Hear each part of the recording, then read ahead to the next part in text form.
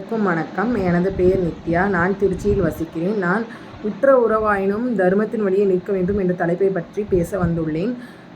முதலில் ராமன் சீதையிடம் இந்த இப்பிறவியில் இருமாதரை என் சிந்தையாலும் தொடேன் என்ற வாசகத்துக்கு இணங்க, ஒருவனுக்கு ஒருத்தி என்ற வாசகத்துக்கு இணங்க சீதா பிராட்டியுடன் வாழ்ந்து வந்தார். அவளுக்கு செய்த சத்தியத்தை பின்பற்றி தர்மத்தின் வழி நின்று வாழ்ந்து வந்தார்.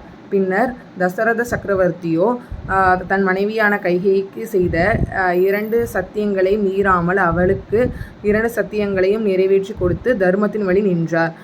பின் தசரத சக்கரவர்த்தியின் 2 மனைவிகளான கௌசல்யாவும் சுமித்திரையும் தன் கணவனின் சொல்லிற்காக தன் 2 மகன்களையும் 14 வனவாசம் செல்ல வேண்டும் என்று கூறியவுடன் தன் கணவனின் சொல்லிற்காக தர்மத்தின் வழி நின்று நடந்து வந்தனர்.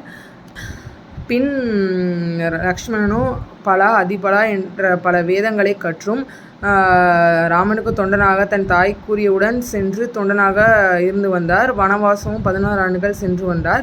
ஜடாயு என்ற பறவைக்கு தசரதர் ஒரு உதவி செய்ததால் அந்த பறவை ராமனும் லக்ஷ்மணனும் சீதா பிராட்டி இலங்கையில் இருந்தபோது அந்த ஜடாயு என்ற பறவை தசரதருக்கு உதவி செய்தது. இவ்வாறு அந்த பறவையும் தர்மத்தின் வழி நின்று அதர்மத்தின் வழி நிற்காமல் தர்மத்தின் வழி நின்றது.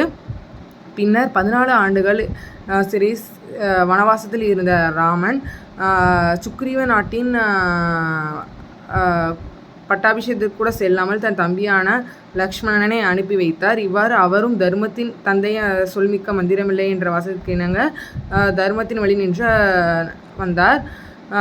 தன் ராவணனின் தம்பியான விபூஷணனும் அவர் தர்மத்தின் வழி இல்லாததை அறிந்து ராமபிரானிடம் சென்று தர்மத்தின் வழி நின்று சீதா பிராட்டிக்கு உதவி செய்து வந்தார். ராவணன் தன் பெரியப்பாவாயினும் திரிசீடை சீதா பிராட்டிக்கு இலங்கையில் இருக்கும்போது உதவி செய்தார். பின்னர் பரதனும் தன் தாய் கைகேயி தசரத இறந்த பின்பு தன்னை மகுடம் சூட வேண்டும் என்று கூறிய போதும் தர்மத்தின் வழி நின்று தன் அண்ணனே சூட வேண்டும் என்று எண்ணினார்.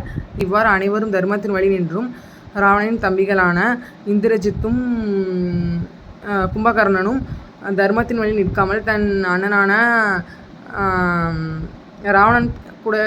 ராவணனுடன் இருந்து வந்தனர். இவ்வாறு இவர்கள் இருவர் மட்டும்தான் தர்மத்தின் வழி இருக்கவில்லை. இவ்வாறு எவ்வளவு உற்ற உறவாயினும் நம் தர்மத்தின் வழியே நடக்க வேண்டும் என்று இந்த இராமாயண கதை மூலம் நாம் அறிந்து கொள்ளலாம்.